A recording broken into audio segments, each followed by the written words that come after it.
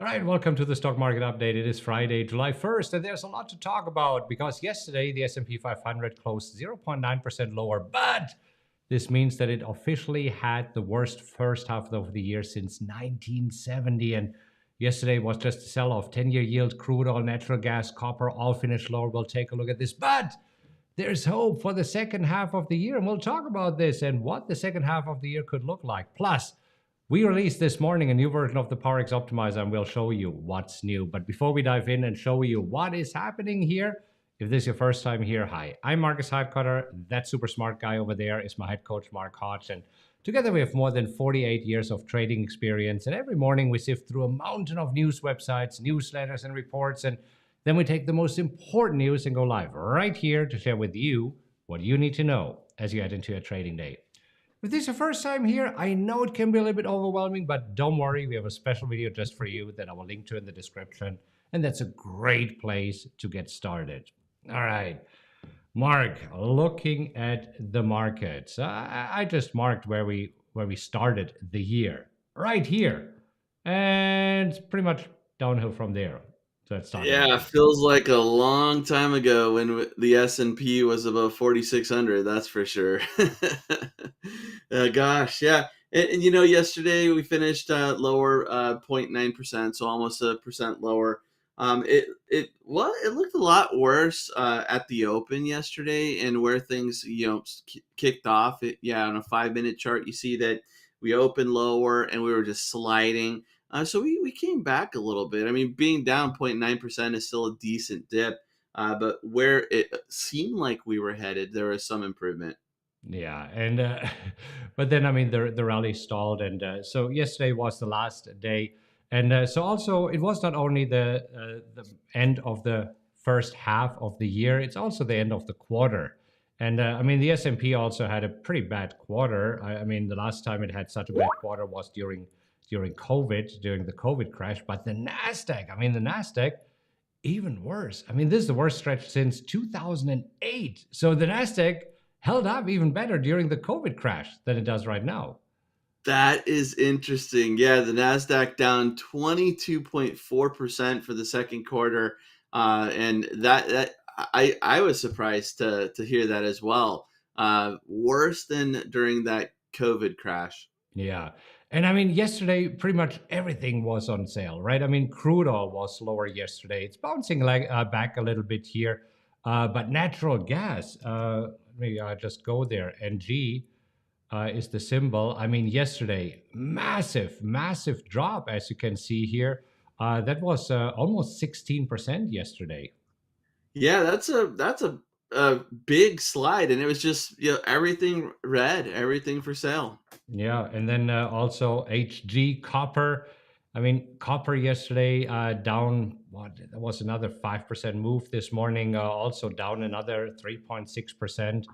Cryptocurrencies. We know that cryptocurrencies are moving lower. So this morning, Bitcoin below 20,000 again. I mean, and even the yield Yeah, yesterday was down. Even this morning in pre-market trading. Look at this. I mean, the yield is coming down. and that is interesting to see too. Gosh, it looks like we're gonna have the third week down for the 10-year yield, which while stocks are sliding from what we've seen, it's interesting that they're moving together. Right. So now we need to talk about, okay, what can we expect for the second half of the year? And so yesterday morning we talked about it. The core PCE index came out, and this is let me just hop over here. It seems that inflation has peaked. I found this chart here on Business Insider that starts to look a shimmer of hope, a glimmer of hope. I don't know. Is this the light at the end of the tunnel? Because this is all prices, and then we have the core PCE, which is the lighter blue line, which includes energy and food. Excludes energy and Excludes, food. yes. Sorry. Yeah, yeah, and hopefully, well, I mean, this is just one report. The Fed keeps a close eye on this one because it's really what's affecting consumers. There will be CPI data coming out, PPI data, and If we see that this is the beginning of a trend, that would be really, really good for the markets. But I mean, it is just one number. It came in 0.2% less than the month before, but still at levels that we haven't seen since 1980. Yeah. So, how will the markets react? Well, we got to understand when we are looking at the markets that all of this is anticipation already. So the markets right now are already factoring in a recession. So we see what the markets are thinking are going to happen before it happens. So once the recession really hits, it could actually be that we're already through this trough here. Yeah, and that's what is constantly throwing off traders, right? Exactly what is priced in. It's like when there's positive earnings and then the stock drops, and some traders are scratching their head, just going crazy. Hey, there was positive news. Why is the stock falling? And it's because that was already priced into the market. So it really is anybody's guess. But you're right, Marcus. I mean, a lot of the bad news is priced in, and it is possible that even if we do see that GDP number, an overreaction, could take place, but it is possible that so much is priced in that there's a rally. Yeah, because we already saw a negative GDP for the first quarter, and the recession is defined as having 2 quarters negative. And I mean, right now, everybody's expecting that once the GDP number will be released in a couple of weeks, that we're probably looking at a negative 1%. I mean, this is not dramatic, but then we would be officially in a recession. And that's what the market's already factoring in. So right now, the question is, does the aggressive rate hikes from the Fed, do they help? Has inflation really peaked as I don't know, we could see here? And this could move the markets lower. But also, statistically, if you look at it, there's some good news for the second half of the year, right? Sure, sure. When the S&P plunged 21% in the first half of 1970, it actually reversed those losses and was up 26% in the second half to actually finish positive for the year. So there is history and some numbers that show that if there is a rough start, many times you get a nice comeback. Yeah, and this is comparing it to 1970 because right now we have the worst first half year on record since 1970. So there's one thing, but then also looking at multiple years, it seems that whenever the S&P was down more than 15% in the first half, that on average it recovered 24% in the second half to finish positive. So, I mean, there's still statistically and also based on the news, it could be that by the end of the year, we finish positive. Now, this would obviously be a massive rally in the second half of the year. But there's hope. But there's hope. And as traders, that's what we're looking for. And it's not only us. I mean, all traders, I mean, they're looking for positive signs because if you just go on a weekly chart or maybe on a monthly chart, we see that in the long run, the stock market does want to go up. However, we also have earnings season that is starting very, very soon in a couple of weeks. And this is where we might see some disappointing numbers and especially some disappointing guidance.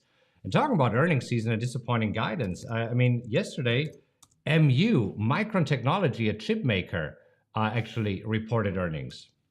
Yeah, and they were down with that disappointment. So that's a good example. I mean, even there was I guess a memo that went out in for Meta where they were talking about it being a challenging time and having to prepare for that. So that made headlines with Mark Zuckerberg saying it was one of the worst downturns we've seen in recent history. So that's the theme, right? And it's Right. just And continuing this to where grow. again you just mentioned it. It's not really the numbers because if you go back to Micron Technology MU here, the numbers were better than expected. It was the forward guidance of what to Yeah. expect moving forward here. Then also this morning, some news from Coles. I mean, Coles has been. I mean, it was a speculative stock because there was this takeover, and this morning there were some news regarding this merger and takeover. Yeah, they said that they cut its outlook for the fiscal second quarter because of softer consumer spending. They also said that they've ended the talks to sell its business because the retail environment has deteriorated since the beginning of its bidding process. So that was really in the spotlight over the last couple of weeks. The company that actually owns Vitamin Shop was looking to buy the retailer, but now those talks have ended. Right. So let's take a look at what's happening today. Looking at the economic calendar, we do have a report coming out today, the ISM manufacturing PMI. And this is already expected to come in weaker than the previous reading. So that's right now the question. The Fed is slowing down the economy. The question is by how much? So this will be at 10 a.m. Eastern Time, 30 minutes after trading. And that will be a report that traders are keeping an eye on this morning. Yeah, we see it's a red flag report. I think just also, do traders want to be long going into the weekend, right? It's a holiday weekend, 3-day weekend. So U.S. markets are closed on Monday for Independence Day, 4th of July.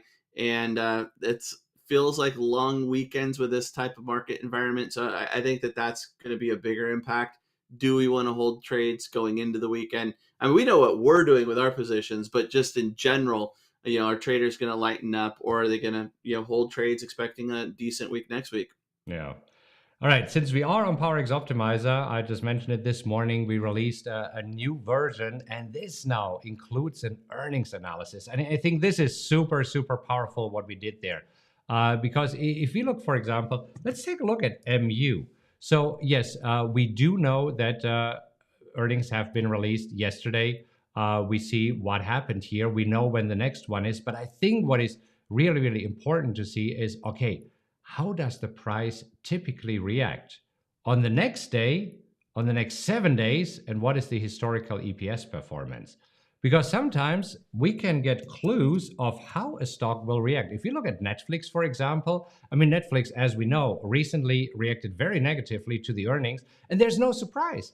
Because if you take a look at this, if you look back over the last 20 quarters in Netflix, this is over the last 5 years, 70% of the time, on the seventh day, a week after earnings were being released, they were down with an average of 8.5%. Only 30% of the time, they were up. And even the next day, we see it here, the next day, 13 times they were down, 7 times they were up. And we see here, we need to zoom out a little bit so that we see the price change. We see that it's quite substantial for Netflix. So this is where we get an idea. I mean, I don't want to say necessarily history repeats itself, but it gives us some clues. Sure. Timely. I love this. With earnings season on the horizon. Good stuff. Right. And also BBBY. I mean, this was another one that we talked about yesterday. Very similar here. I mean, no surprise that BBBY, we can go to the chart here really quick and see, because we talked about it, I think, yesterday, right? That they were massively down yesterday after reporting weak earnings, or maybe it was 2 days ago. And yeah, no surprise. Again, 70% of the time they dropped after reporting earnings. I mean, on the next day, they were down 17 out of the 21 quarters that we have on file here. So I think this will be super, super helpful as we are going into earnings season. I love it. All right. So let's see what the markets are doing here in pre-market trading and how we attack these markets. So let's take a look at the E-mini NASDAQ futures in overnight trading. I mean, nervous, still pointing to a little bit lower opening of 0.3%, but it seems that we are pulling off the overnight lows here, and we might actually go into a flat opening.